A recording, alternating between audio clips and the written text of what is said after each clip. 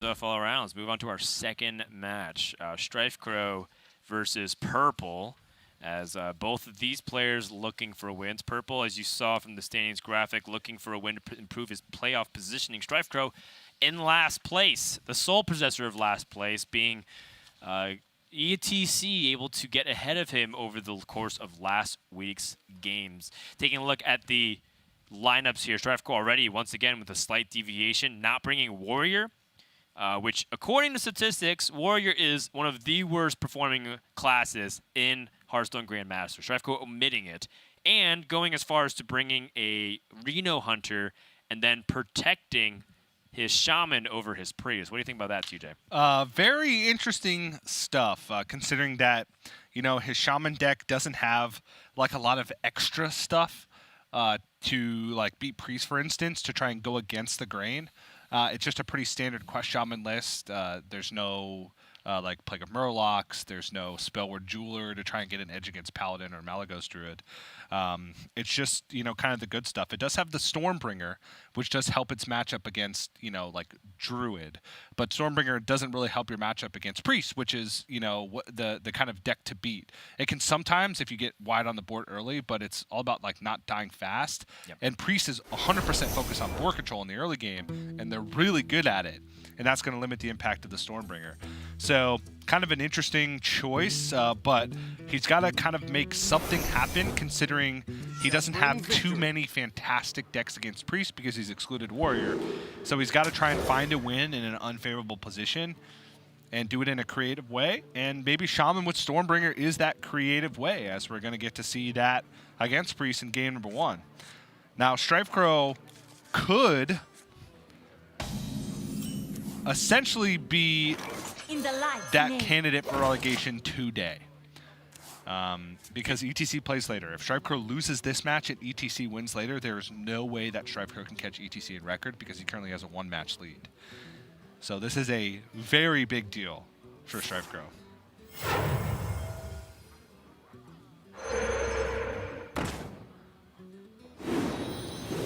He's looking zen. Yep, StrifeCro has been talking about how he's not able to focus nearly as much as he'd want to compared to seasons of the past. His forbidden words on the 0-2 clutch tech to shut down this evil totem. Yeah. StrifeCro does not have his quest up yet, although Sludge Slurper and Goblin Lackey, decent options, but he wants to get the Corrupt the Waters up before he can do any of that. And if he plays Sludge Slurper this turn, I mean, his next turn is limited to pretty much just Questing Explorer. It's 2 mana.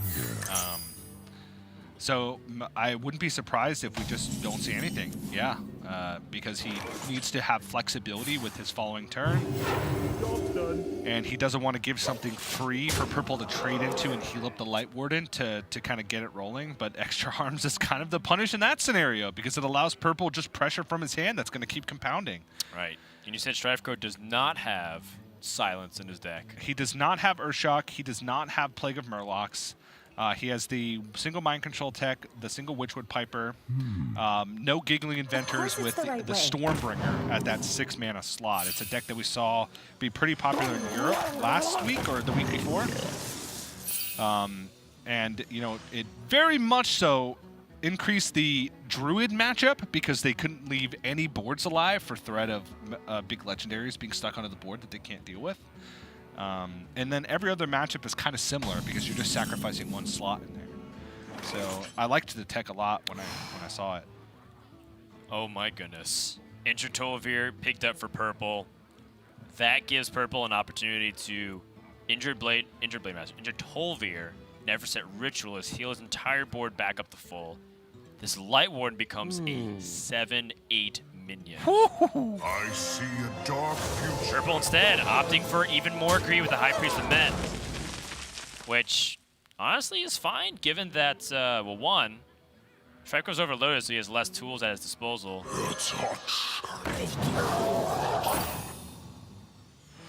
Interesting. Interesting. Now he can actually take down the Amet before the Hound. I mean, he can actually go Goblin Lackey, Mogu Flesh Shaper, Mogu Flesh Shaper. And take out everything? He can't take out everything. A lot of stuff, though. Because he Goblin Lackeys the Faceless Lackey, that's 6, plus the 6 damage from Mogu Flesh Shaper, that's 6. He's 1 damage off from being able to take out everything. That's still a big swing, though. And Amet is a minion that you don't mind trading a lot into, because that means that every minion that purple will play gets less and less HP. This double Flesh Shaper. And they stick around. That's the big thing. Yeah, no Pyromancer. Yeah. Purple has cut a Wild Pyromancer in his deck to make room for the extra 0-cost card in Forbidden Words. I think a lot of players have arrived at the decision that they need a second Silence as opposed to 2 Wild Pyromancers. Right. Which has seemed to be working out, but you know, in some cases you just wish that you had it. And the trade into the Amet ends up being rewarded, given that purple has a Circle of Healing and had things like the Nerfset Ritualist. Now, Ritualist is still really good in this spot. Yes. But StrifeCro has a fighting chance now. Before, it felt like it was a blowout for the Priest. What's the best way to go about this if you're purple? It's probably the Tolvir plus Neferset. I mean, that's just the most powerful thing you can do on the board, I believe. He could go for something like Extra Arms, trade Injured Tolvir, Circle of Healing. I must consider. That also heals up the second Mogu Flesh Shaper, which allows it to like potentially get value trade into the Injured Tolvir. Whereas, like, if you just injure Tolvir, Neferset Ritualist, and then make a trade, then there'd be the second Mogu Flesh Shaper would solely be a 2 health. So it would have to go into a full health injured Tolvir and not be able to value or Bog Slosher or whatever. So that's actually pretty tough because the injured Tolvir Neferset Ritualist is not mana efficient.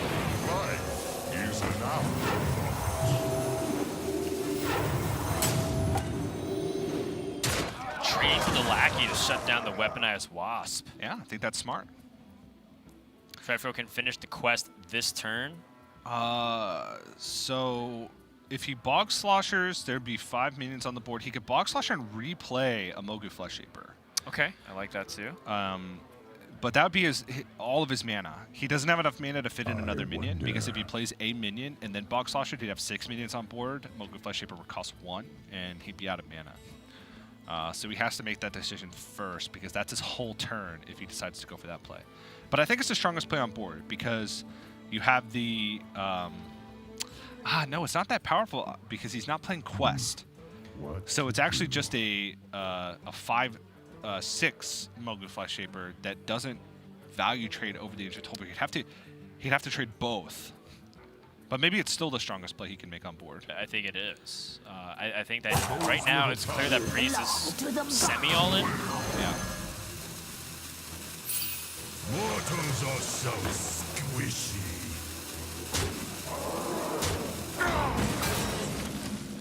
Injured Blade Master, just more stats on the board here for purple, who gets the now Circle of Healing. Full board, That maximum tempo. It's going to be huge. That Light Ward has 13 attack. And again, StrifeCro had the choice of killing that Light Warden, but he chose the Amet to stop the pressure. And that Circle of Healing was so big because StrifeCro would have been able to utilize the quest with the Sandstorm Elemental to clear off that Light Warden. StrifeCro might just have to go for his Novice Engineer and hope that he's able to land into the Giggling Inventor. I honestly think he has to Witchwood Piper and get the Sludge Slurper and do something with Ethereal Lackey. How much damage is this? 8 plus 15, It's only 23. It's not enough? Yeah, because the Light Warden is... Oh, wait. It's 25, because the Light Warden is max 10 health, I believe. So he could heal it once, then Circle of Healing. And that'd be 25. Yeah, you can get 6 attack, I believe. 6? 8 attack, 8 attack. Wait, what? Oh, if he trades. If he trades, it's the same as the Circle of Healing versus just attack with a 4/5. Yeah.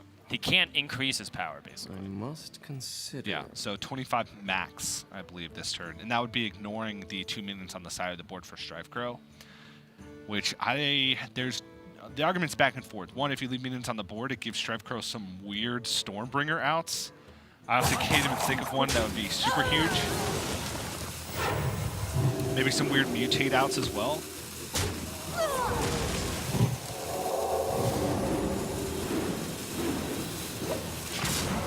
You know, it's getting to the point where even if there's Plague of Murloc, StrifeCro might just die. Yeah, he needs Plague of Murlocs plus probably something extra unless he gets 3 Mermies. It's got to be like Plague of Murlocs, Beakered Lightning. It's really dire here for StrifeCro. And then he doesn't even have mana. Hits Okay. a Therolaki. Therolaki. From nothing to power. Mutate? Oh, it's a friendly minion only. Yeah. Ugh. Okay. He needs to mutate into A taunt and then... a high health taunt and then Ancestral Spirit it. Mutate into Injured Tolvir? Yes. And then Ancestral Spirit? It's unlikely, but it's a possibility. Who's ready to make some money? Doesn't look like it is. Nope, not that StrifeCro one. can go for one last Knowledge Engineer to see if there's any last hope whatsoever. There isn't. No Urshock in his deck. The cheapest card in his deck right now is another Mutate. And then he wouldn't have enough mana to play Ancestral Spirit on the taunt, so wouldn't have enough mana to survive just on the board. Purple goes all in and is rewarded for it. StrifeCro did have a fringe out, though, with Plague of Murlocs into no buffs and less than 5 damage. And then something else after that turn also. Like, it would have taken a string of good outcomes for StrifeCro to even have a chance in that game. Yep. StrifeCro still has that Hunter in the back pocket. I was hoping to see it come out for game number 1, given that most people are first queuing Priest, but we're going to have to find out what happens when we return from a break. Don't go anywhere. More Week 7 action right after this.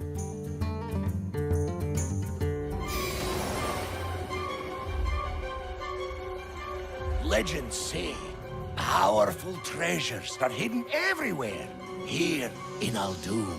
If we hope to defeat Rafam, we'll need as many as we can get.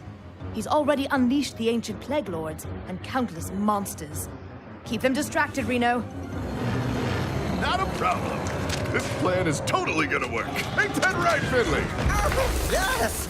I have them right where I want them! There is an artifact here. The name is... The scales of justice. Oh, it must be really fancy. only to be used in a time of great peril.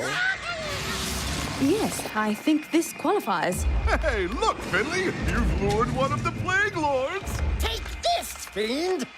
In the face! Yeah! Hey, guys! Get that treasure! We've got a Plague Lord to destroy! Yes, please, hurry! Not to worry, Finley. We just push this thing right here. No, that's a trap! Watch out! It's all good. I am phonily timed. Gracious me! What we actually need to do is press this. And there.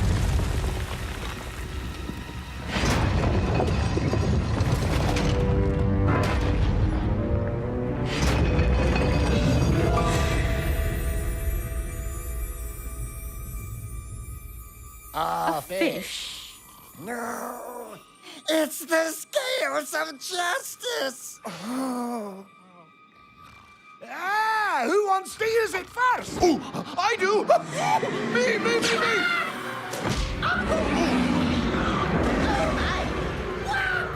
On second thought, maybe give it to Finley? All you had to do was hold a rope. Here we go, blaming the tall, ruggedly handsome guy again.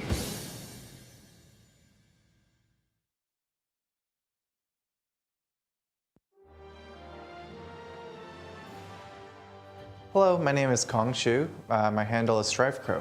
I think my original name was just like Strife. I think I just stole it from someone else that I saw online at the time when I was like 10.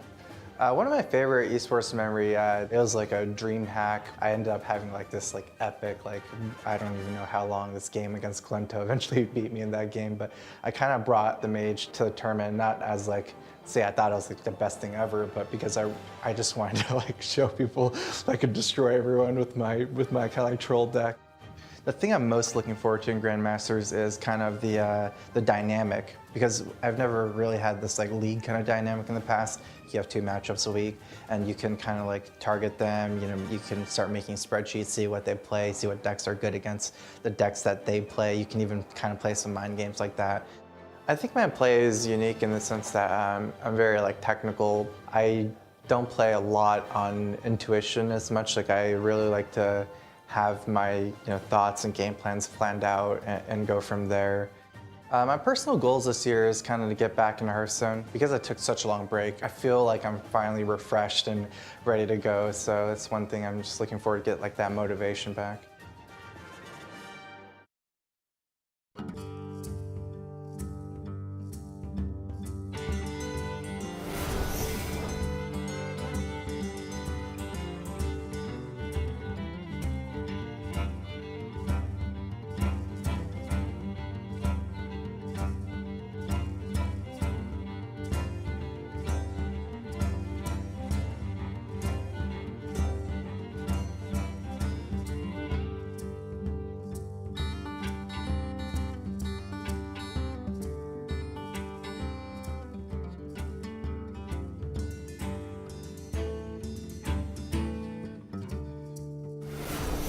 StrifeCro goes up against Purple in a Shaman mirror in what could be the beginning of the end of StrifeCro's tenure here in the Hearthstone Grandmasters, with a defeat here and a victory potentially for ETC up against Firebat happening as our 4th match today.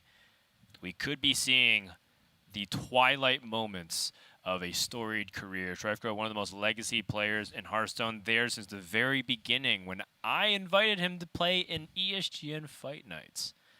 And now he is probably one of the lone competitors remaining out of this group of people. You didn't invite me, Dan. TJ, I didn't even know who you were back then. Nobody even know who I was back then. I'm pretty sure I was casting League of Legends back then during ESGN. 2014? 2014, yeah. I just started to make my... 2013, actually. It was right after BlizzCon. Yeah, right after BlizzCon. Into early 2014, but that was before that I started casting Hearthstone 6 years altogether. ago. A long time ago. Wow. Yeah. Time certainly flies. StrifeCro back then playing with Trump, Kripparrian, and Monk on Team Liquid Value, because they weren't officially allowed to call themselves Team Liquid. They were playing up against Artosis, 2013 world champion, and StarCraft caster extraordinaire Nimsh, who now works at Blizzard as the European esports manager over there.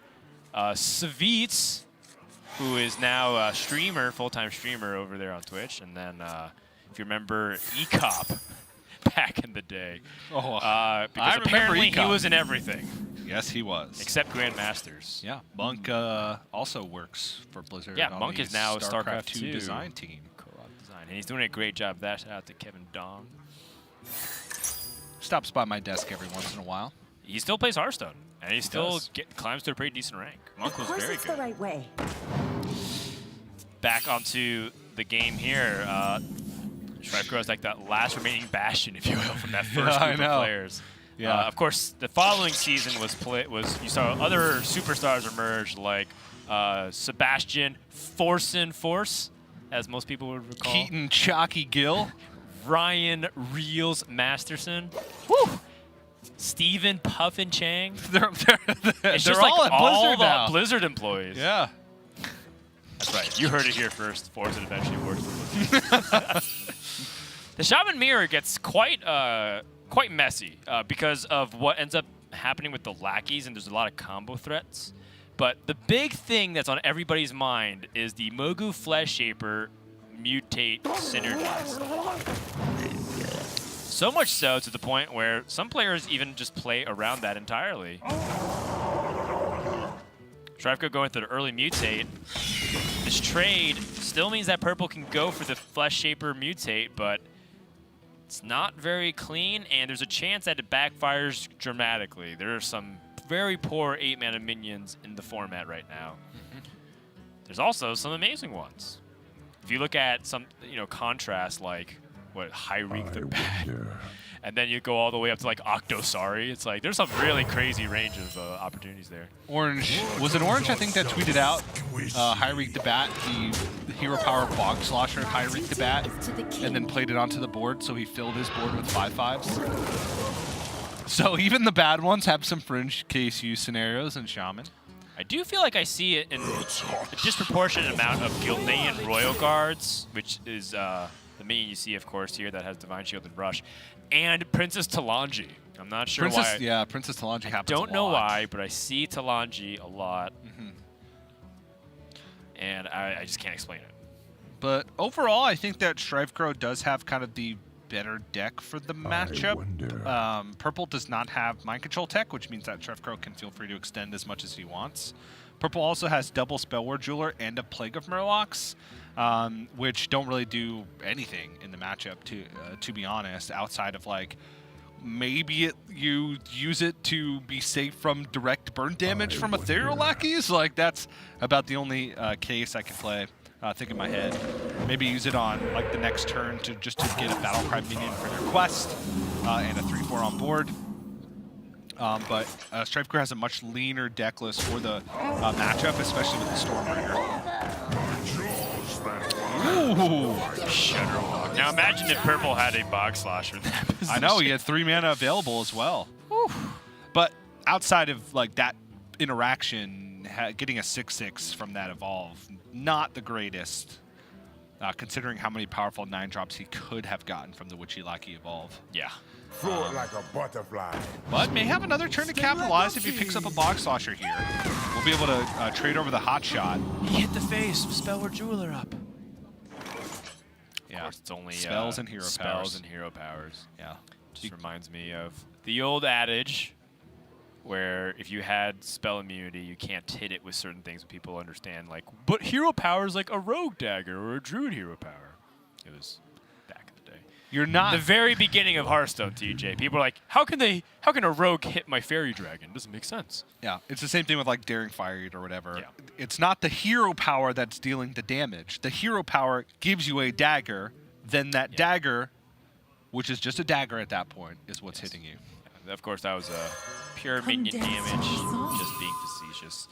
Purple picked up the Sledge Slurper, looking for a Lackey that can potentially swing things back. Cobalt Lackey is nice. Oftentimes, you do see jockeying for board position to the point where players aren't really saving Cobalt Lackeys for combos to end the game, but instead trying not to get overwhelmed by the pressure. Couple value trades as options here. Purple trying to determine what's best to trade into. Does he want to leave a Lackey on board, for instance? There's one in hand, but that may make the mana awkward because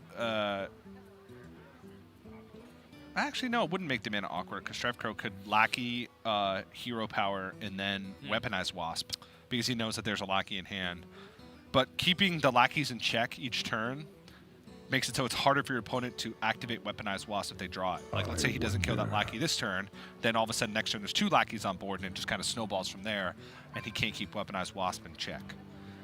Yeah, StrifeCro does have a Barista Lynchin as well available to him, and he can overwhelm the board with just big stats. That lack of mind control tech does give StrifeCro that huge edge in the mirror of extending far into the board.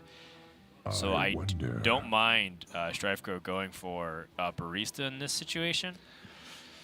He does have Bog Slosher plus Hero Power Kobold Lackey to take out Shudderwalk. That's also a possibility too. Yeah. And that way he can save his Barista for the following turn.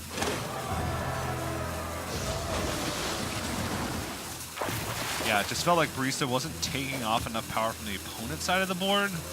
This is a pretty powerful play because then he can go Hero Power plus the former champ next turn, which will be a 3/3 and 2 5/5s. Yeah, I guess I like the idea of getting the Kobold back, but the double, because the thing is, by playing it this way, you don't have a Kobold Lackey in hand post-quest. Yes. You do get to front-load it But, you know, maybe StrifeCro says, I don't really mind that because I have former champs and I have Barista and I have Shuttle Walk. I don't have to worry about these small little Kobolds to fight back for power if I'm just going to put out big stats turn after turn. Yep.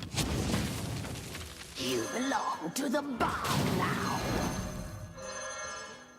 Interesting that Purple opted, instead of going for an early quest completion, realizing he doesn't have a good way to complete it, he just opt for the following turn and try to invest into whatever lackey he gets. Yep. Witchy lackey not super helpful right now.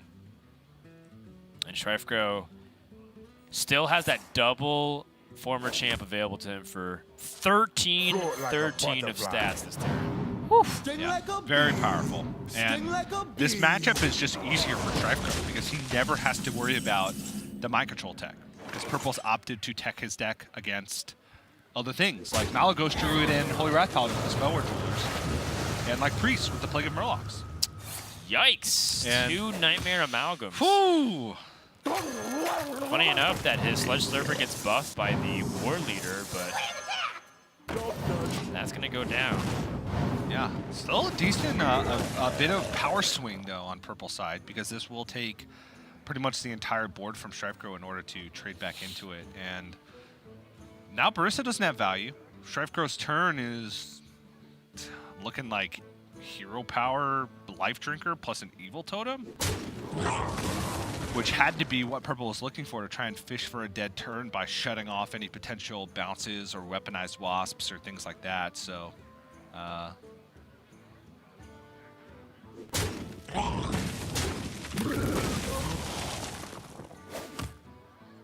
Not a bad setup. And right now, Purple's hand is just much more scrappy. He's got lackeys, he's got lackey generation, he's got spell generation. He can kind of craft this game plan, whereas StrifeCro's limited to just kind of playing his biggest things every turn. Yeah, and, you know, it feels like I'd rather be in Purple's position outside that Shutterwalk. He just has a lot of utility. His big limiting factor is mana. But everything's so cheap. This Faceless Lackey and Kobold Lackey and Goblin Lackey should help Purple win back the board. I guess it depends if Purple really wants to invest all of his lackeys right now.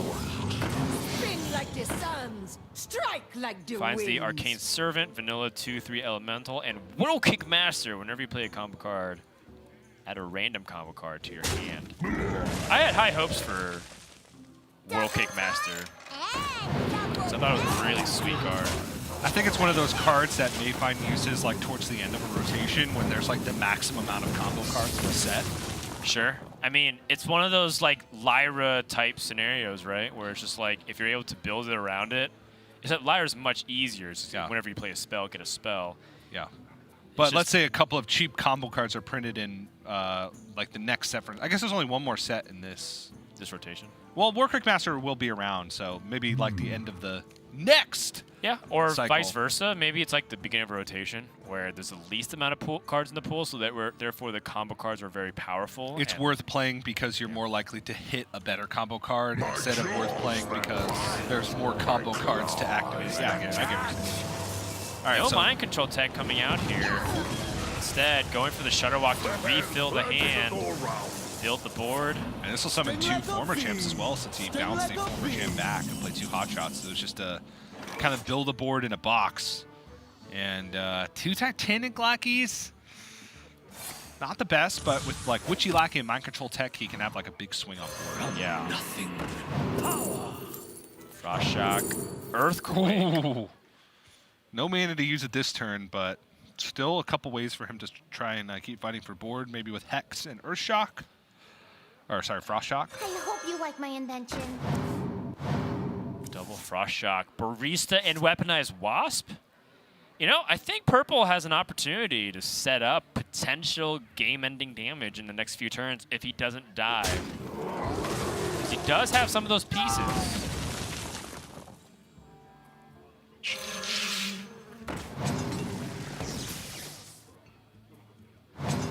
Frost Shock here.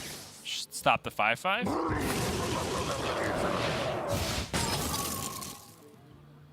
looks like no matter what, some of these lackeys will bite the dust, but you're still getting back a bunch of stuff with the barista. Yeah. Unless, of course, Mind Control Tech comes out and steals some of these big threats, but he can only steal 2. And so no matter what, Barista's going to get value on something, because Ethereal Lackey, Kobold Lackey, Evil Cable Rat, Weaponized Wasp, and Novice Engineer can all be good bounces back with the Barista. He wants to preemptively microtech before trading into stuff. Engaging TC-130 into dislocator. Honestly, that's okay for purple. Yeah, I think he would rather still own like Weaponized Wasp and then trade over a Lackey to isolate 2 of the small minions on board. Yes. Because no matter what, he was going to have some type of Lackey generation at the end, so you want to shut off the... Barista in this spot. This one's the most amount of stats on the board. It gets 2 more Mind Control Techs. Yeah, but I don't know if that Mind Control Tech's going to be what's really relevant in this spot here. I guess because he has Stormbringer, right? So he can like Mind Control Tech and Stormbringer and like have a big full board. Yeah, and it also incentivizes Purple to either do one of 2 things. 1, he tries to fight for board as aggressively as possible to limit the impact of like Stormbringer, or 2, he kind of just tries to go super wide and start pressuring for damage. Super wide and start pressuring for damage gives StrifeCro opportunity for Stormbringer and Titanic Lackeys to punish. Well, purple does have some opportunities to clear a lot of the board with the barista. Yeah. Putting back all these cards into his hand. Twice. It's a full hand. That's why he's dumping the Frost Shock first. Kobold Lackey, Kobold Lackey. But he knows that StrifeCro has the Mind Control Techs right back. But I mean, that's part of the thing with StrifeCro's play, is that he leaves up these things instead of trading into the Novice Engineer and trying to Mind Control Tech afterwards. That being said, it's still a back and forth battle here. Yeah. Mind Control Tech. Titanic Lackey Stormbringer, that's 5 legendary minions. I think I do like the Stormbringer in this position. Yeah, the Titanic Lackey Battlecry obviously is wasted since you're transforming the minion, but 5 legendaries and you're only facing 5 power on board from your opponent. Yeah. You do leave Barista up. Well, you could also Stormbringer and then Witchy Lackey after if you want to avoid a bad position, because there are some bad legendaries like Dustfall and Albiana. Wow. I mean, those are just big things. Purple's like, all right. How much damage is this? 5 plus 6 plus 6?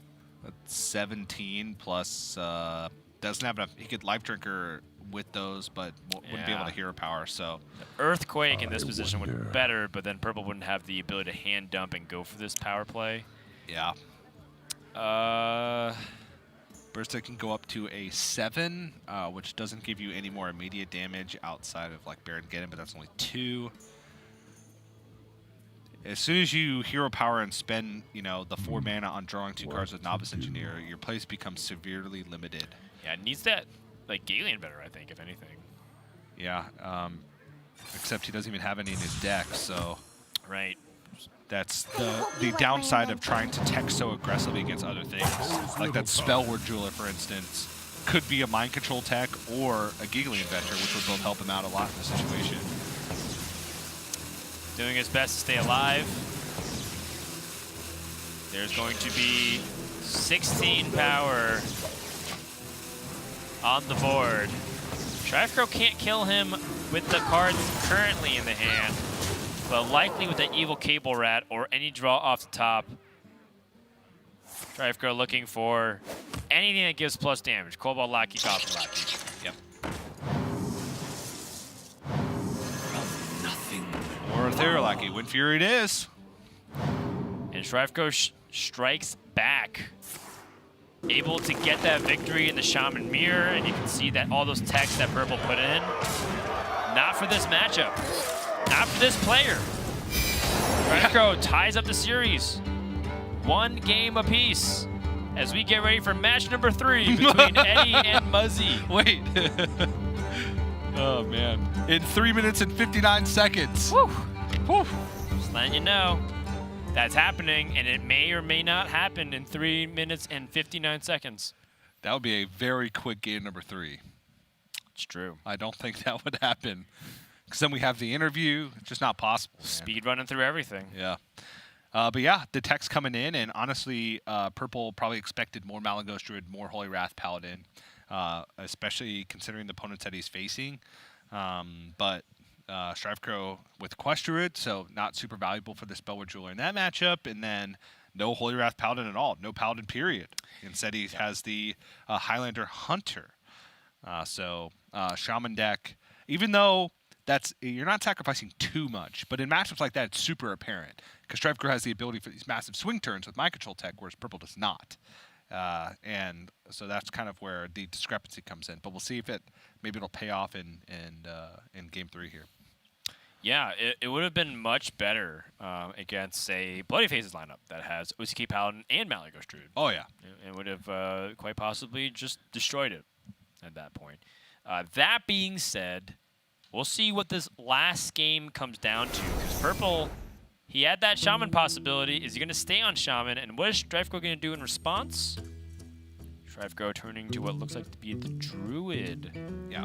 Remember, StrifeCro doesn't have access to the Priest. That is one thing in this pick ban. Yeah. It was Hunter and Druid left, whereas Purple had Shaman and Warrior, if I'm not mistaken, since he protected his Priest and had his Druid ban. So if that's the case, it makes sense for Purple to queue Shaman because Warrior just has essentially 2 bad matchups, whereas Shaman has one arguably good and one also arguably good. And StrifeCro's best matchup into the Shaman, if he expects Purple to queue Shaman, would be the Druid, even though it's not like the greatest matchup in the world. It is good. Pretty good hand here for Purple, just having the early game lackeys to get that generation going. Yeah. Great hand here for StrifeCro as well. He has the Quest and a Nourish. And Oasis Surger picked up, which means that it'll be available on turn 5. Yep. Evil Totem, but StrifeCro can answer with the Wrath. It would delay the quest progress, but we've seen players get enormously punished for not dealing with the Evil Totem on curve.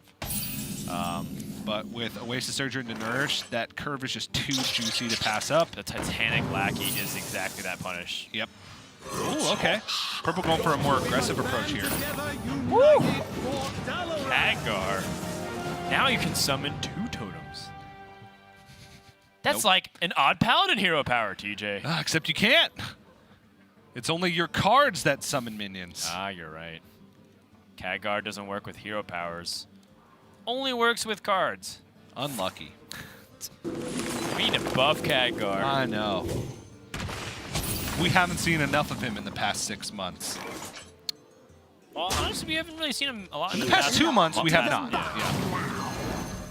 Players realized very quickly, even at the beginning of the season, that Mage wasn't up to Cyclone Mage wasn't up as good as Highlander Mage. And then, of course, the nerf just completely destroyed Khadgar. So it's funny that Purple's prioritizing the tempo, given that he has Khadgar, so he gets to summon extra minions. And now this is just a very wide board.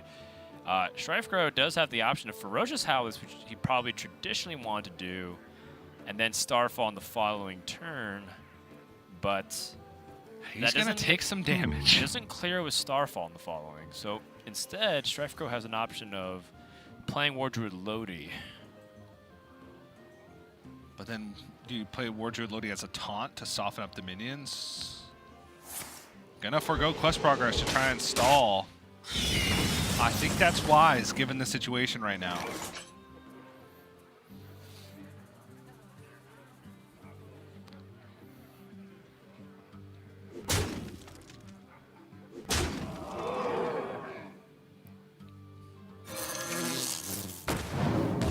Maximum pressure. Yep, and quest complete as well. And the good thing, too, is that Purple finishes quest while delaying StrifeCro's quest, so he doesn't have the Oasis Surger this turn. StrifeCro might, once again, feel the need to deviate, but he doesn't really have that good of a Starfall in this spot, so he might have to actually just let this board exist. Way Worthy Expedition. Ugh. Nothing fantastic.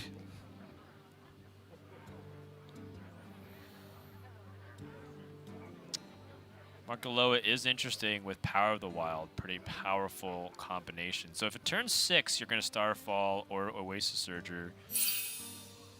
That does give you the opportunity to potentially go really wide on the board here.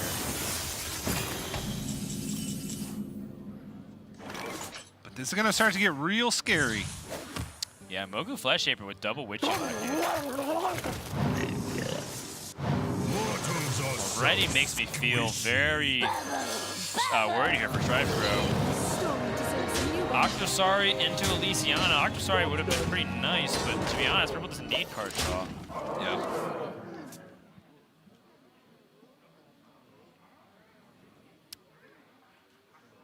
Starfall will clear up much of the board. Right, but still 6 power surviving. Yep. And Purple squeezing in all this damage is going to pay off, it looks like. Getting StrifeCro down to 15 with 6 staying on the board. He has 2 in the hand. Ethereal Lackey might be able to just find more damage. This is what Shaman needs to do to win the game, win the matchups.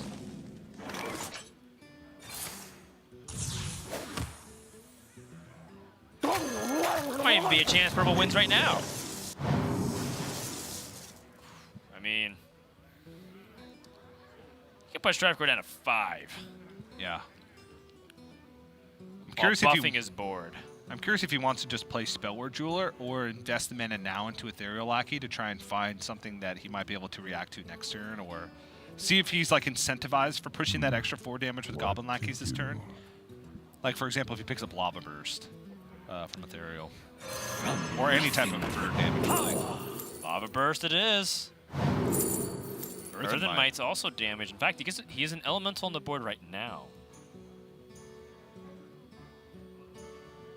There is little time. This Titanic Lackey puts it outside of range of Oasis Surger. This is looking like a purple victory.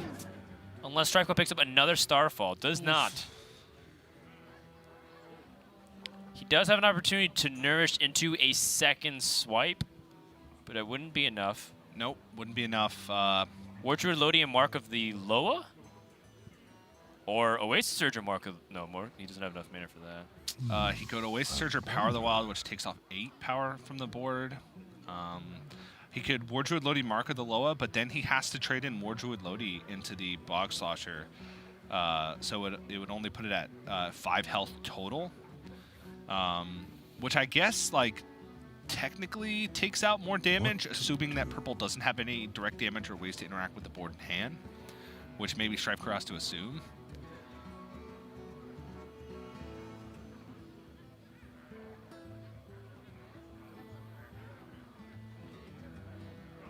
Not seeing the way StrifeCro can pull himself out of this one. No. Maybe from his perspective, he can survive at very low life totals, but we know that Purple has the Lava Burst in hand, so no matter what he does, it looks like he's going to die. Mark. And that's going to do it here. Purple's going to clean up. 2-1 victory. And what feels like effectively qualifying himself for the playoffs. StrifeCro takes another loss. You can see that frustration pulling over his face, trying to handle it in stride, but definitely not a good day here for StrifeCro. Purple is going to take that victory and improve to an 8-5 record. Yeah, and you know, it's a great thing for Purple because he improves his playoff standing. You know, kind of, I think nearly guaranteeing it at this point, pulling him closer to that like first place seed. But gotta feel rough for StrifeCro because now he has to rely on ETC losing his next 2 series and him winning his next one in order to not get relegated, which is just a rough position to be in. You know, even if he had won that one, he still wasn't safe because he came into this week and matched down. But at least you don't have to rely on too many other factors outside of that. You just have to focus on your own game. So It's a series where, once again, he has an opportunity to try to utilize Reno Hunter in a unique spot, but kind of cues the Shaman to the Priest. And a lot of players that just play Priest first, they're just benefiting off the fact that their opponents are outthinking themselves. Yep. And I think that ends up being the case in match number 1, and it ends up being the case in match number 2. But it's a tough thing, right? Because it's like a rock, paper, scissors. Yeah. And I think the players that need the wins aren't the ones getting it in this spot here. Unless you're, I guess, in Purple spot, which secures most likely your playoff spot. Let's go ahead and check in with Purple, who's on the line there. Purple, can you hear us? Yeah, I can. What's up, dudes? Not much. Nicely done. So it seemed like you went with a more standard lineup this week. Some people going off the wall. What do you think about some of these pretty wacky lineups that we see, Purple? I'm not a firm believer in the Octodaddy, personally. Why not? I've tried to play that card, and most of the time it gets like Zephyr sapped, and I'm sad. I was running some games with Firebat last night, and boy oh boy, I mean, this is probably not going to sound like a remark that I should have to make, but Brawl and Warpath should not be in your aggro deck, dude. I mean, when we were testing, Mage against Warrior, and I won every single game that I didn't draw those cards, and I lost every game I drew those cards, because as it turns out, we're ahead on board or we're losing, and Brawl's not changing that. What on earth are these people doing? There was this one play that Subtle had where he had Octosari, and he brawled to try to get the win because he wanted Octosari to die, and he had 5 mana left after the brawl, so he was going for the Leroy out. He still didn't win. He actually missed the Leroy drawing 8 cards. It was like in the bottom 3 or something like that. So even in the corner case scenario, the brawl wasn't working out, Purple. There you go. I'll touch something. I was super happy winning today. And I was looking forward to the match, and at the end, I just got this bittersweet taste that was this might be it for Strife. And Strife's someone I've been looking up to in the world of esports forever. Where I grew up a StarCraft fan, and I knew StrifeCro before Hearthstone, and I don't know, I won, and all of a sudden I just kind of got a little mopey. It's a sad week. It's a sad week. It's a happy week for some. It's very sad for others. And unfortunately, we are going to be relegating one person per division. And StrifeCro looks to be exactly that person there. How much are you talking about it with your group of friends, Purple? Just out of curiosity. Well, I mean, worrying about Orange right now, worrying about Firebat technically, worrying about Zalay, worried about Will. I don't know. I don't want to see really anyone go. I mean, especially the NA Hearthstone group, we're such tight knit. We're all friends. And losing a member of the family, or no matter what kind of thing. Yeah. Well, as a bright light for you and for Firebat, I believe you beating StrifeCro now makes Helps. Firebat safe from relegation, since he's at 5 wins. Yay! And StrifeCro can no longer catch him and win, since he can only go maximum 4.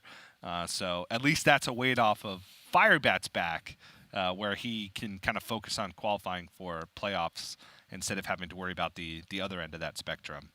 But bittersweet, as you said. Yeah.